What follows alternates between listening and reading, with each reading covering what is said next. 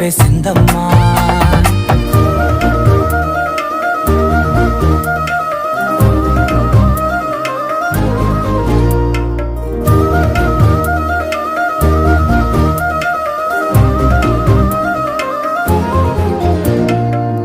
ఏకాంతాలన్నీ ఏకాంతం లేక ఏకరువే పెట్టాయే ఏకంగా, సంతోషాలన్నీ సెలవన్నది లేక మనతోనే కొలువయ్యే మొత్తంగా, స్వాగతాలు లేని ఒంట్లో ఉండలేక విరహం కనుమరుగయ్యే మనతో వేగలేక, కష్టం నష్టం అనే సొంత వాళ్ళు రాక